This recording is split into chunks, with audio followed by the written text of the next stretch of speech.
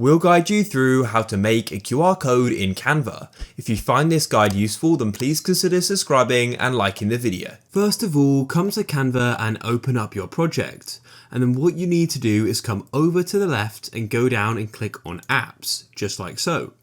And then what you need to do is go and click on the search, and you need to type in QR code, just like so. Click on this option here. It's actually by Canva themselves, and you then want to go and click on open. Now what we can do is go and enter in the URL which people get taken to when they go and scan it. So in this case, I want to put in my YouTube channel link here. So what you could do is go and paste in a link here by right clicking and pressing paste, or just type it in. What you can then do is expand and customize. And for example here, the background color by default is white. You can make it gray or maybe red or whatever you want. But for me, I'm just going to keep it the usual color, black and white. You can choose the margin as well, and you can then click on generate code. And the code has now been made.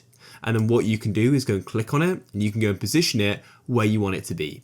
So in this case, I want it to be in the top, just like so. I added this icon here to make it clear that this is for YouTube. It's that simple. If you found this useful, then please leave a like.